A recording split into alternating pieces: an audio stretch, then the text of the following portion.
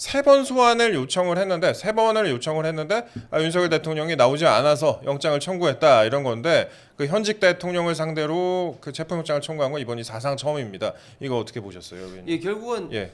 체포 영장이란 것은 이제 현행범이라든지 네. 뭐 아주 중대한 어떤 그런 어떤 범죄에 대해서 이제 찾는데 과연 지금 현재 그 현직 그 대통령에 대해서 이렇게 체포 영장을 청구할 어떤 그런 현재 수사 어떤 그런 대상이 되는 건지 일단은 기본적으로 좀 의심스럽고 그다음에 두 번째는 과연 이 공수처가 이 그 수사를 이런 어떤 권한이 있는 주체인가? 수사권. 네. 예, 그러니까 결국은 잘 아신 것처럼 결국은 내란에 대해서는 그 공수처가 수사할 어떤 권한이 없음에도 불구하고 지금 이렇게 그 체포 영장까지 이 청구하는 것은 저는 대단히 문제가 있다. 잘 아신 것처럼 공수처가 만들어질 때부터도 많은 어떤 논란이 있었지만 그 공수처에 있던 수사 대상에는 내란이 포함되어 있지 않고 지금 공수처가 하는 것은 이제 이 직권 남용을 이제 그 근거로 해서 이제 하는 건데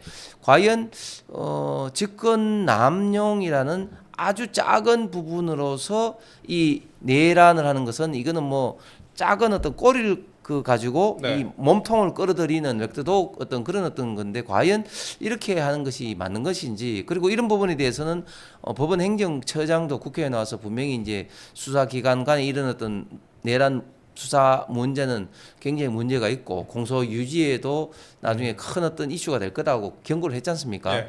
그런 어떤 상황인데 공수처가 지속적으로 이렇게 이제 좀 하는 것이 결국은 어떤 국민들 특히 민주당이라든지 이런 어떤 언론에 어떤 보여주기 위한 본인들은 이렇게 최대한 노력하고 있다 이런 네. 어떤 보여주기 위한 어떤 체포 영장이라고 저는 봅니다.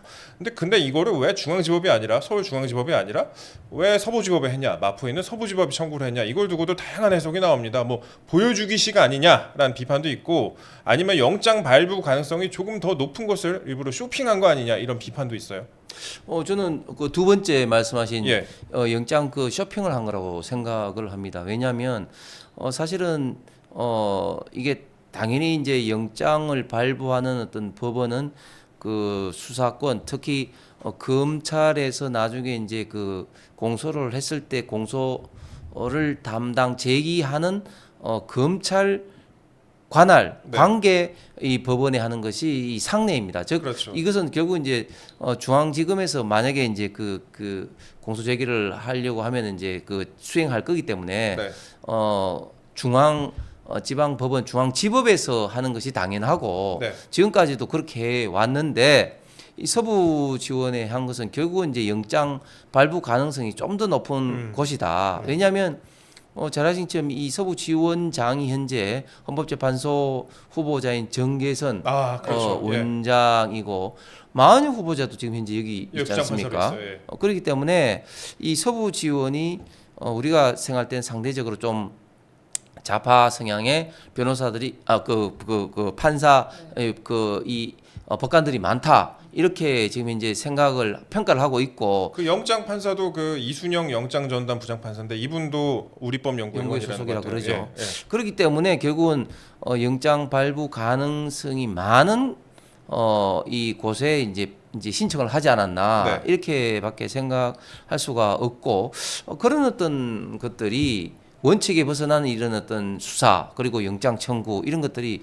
너무 지금 이제 공수처가 이게 그 보여주기 위한 어떤 그런 어떤 수사를 하고 있다는 그런 어떤 단면이 아닌가 생각합니다. 이게 사실 공수처가요. 그러니까 그 사건을 수사한 뒤에 윤 대통령 관련된 사건을 수사한 뒤에 검찰에 넘겨야 되는데 이거를 중앙지검에 송부하도록 공수처법에 규정이 되어 있습니다. 중앙지검에 송부하도록 되어 있는데 중앙지검은 그러니까 중앙지법에다가 또 그렇죠. 대응하는 거잖아요. 그렇게 하는 건데 이거를 서부지법에다 영장 청구를 했다. 이거는 조금 약간 앞뒤가 맞지 않는다. 이거 너무 이렇게 뭐 쇼핑한 거 아니냐 이런 비판이 나오고 있습니다. 공수처는 물론 뭐 윤 대통령의 지금 주거지가 용산구기 때문에 그래서 소재지 뭐 관저 같은 거를 뭐 그런 걸 참고를 했다 이런 식으로 주장을 하는 것 같은데 이걸 두고 약간 법조계에서는 좀 시각이 좋지가 않은 것 같습니다. 그리고 영장 발부에 대한 그런 당위성 부분도 좀 쟁점이 되는 것 같은데 현직 대통령인데 소환에 다른 방법의 시도를 하지 않았다 이런 부분에서도 약간 비판이 있더라고요.